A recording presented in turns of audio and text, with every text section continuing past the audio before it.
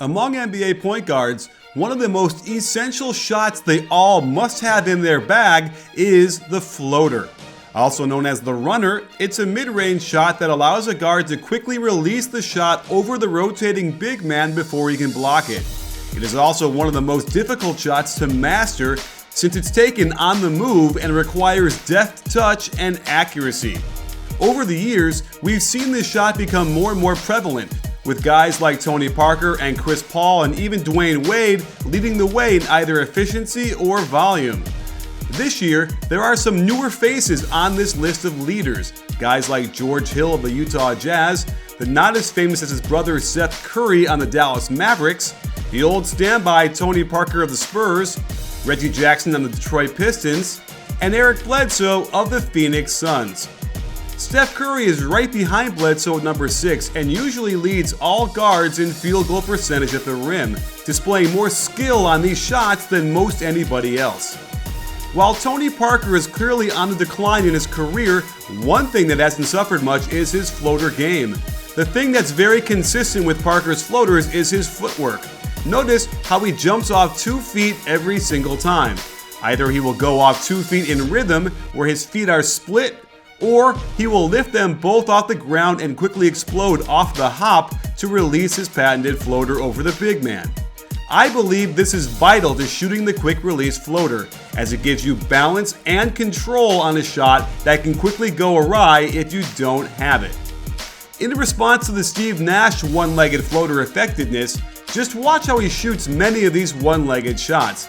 They're like jump shots, a distinctly different shot than the quicker push of a floater. So I don't think this is a great example to argue the use of a 1-foot jump. Steph Curry also utilizes the 2-foot jump more than the one-legged finish, and you can see an even greater level of skill on many of these shots than Tony Parker.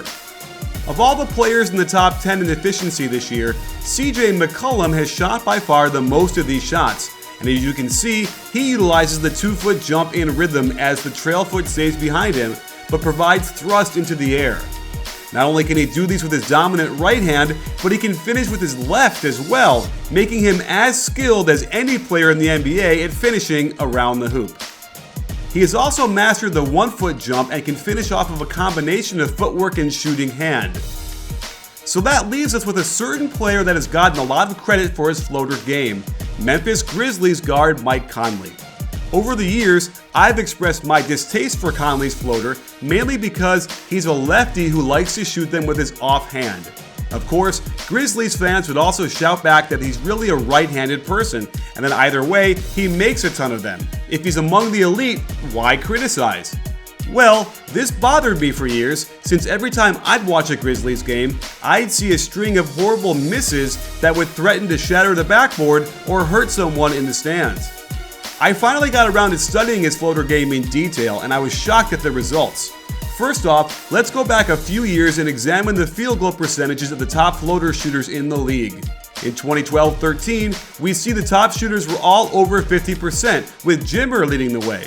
Conley came in at 21st out of 57 guards who shot at least 50 of them. 2013-14 saw the emergence of Steph Curry in the top 5, and Mike Conley had a career year at 45.5%, but that still only put him at 11th in the league behind guys like Jarrett Jack and Brian Roberts.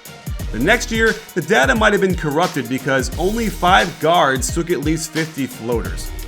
In 2015-16, E'Twaun Moore led the league on low volume, and Mike Conley ranked 29th out of 50 total players, an average result on a high volume of floaters. And that brings us to this year, where Conley ranks 18th out of 29 guards, yet is in the top 10 for volume of shots. What was even more striking than his average ranking compared to other guards is how many of these he shoots with his right hand. Of the 100 floaters he's taken this year, a whopping 89 of them have been with the right hand, connecting on 40% of those. When I look at three-point shooters, I've often said you can judge how good he is by how he misses. Are they in and outs? Are they straight but a little short? Or do they miss by a mile? Well, in the case of Conley's right-handed floaters, the montage of his misses aren't pretty to say the least. One issue I have is that he shoots a vast majority of them off of 1 foot. and you can see how his balance and control are greatly affected, particularly if contact is made in the air with a big, a call that is almost never made, and at least with a 2-foot jump can be absorbed better than off of one. There is another strange thing I picked up. There are times when Conley should be shooting with his preferred right hand when he actually shoots with his left. His floater game appears to be a bit of a mess, and it just leads me to believe he hasn't organized his training well enough so that in real time he can make the right decisions and give himself the best chance at making these shots. One other thing, there are times when Conley does in fact jump off of both feet to shoot his floater, and if you look at the numbers, you see a drastic difference in the result. He shoots 9 points better when jumping off of both feet, and it's completely clear to me that not only should everyone shoot the majority of their quick release floaters this way, Conley would actually get into the top 7 among guards if he only took him off of both feet.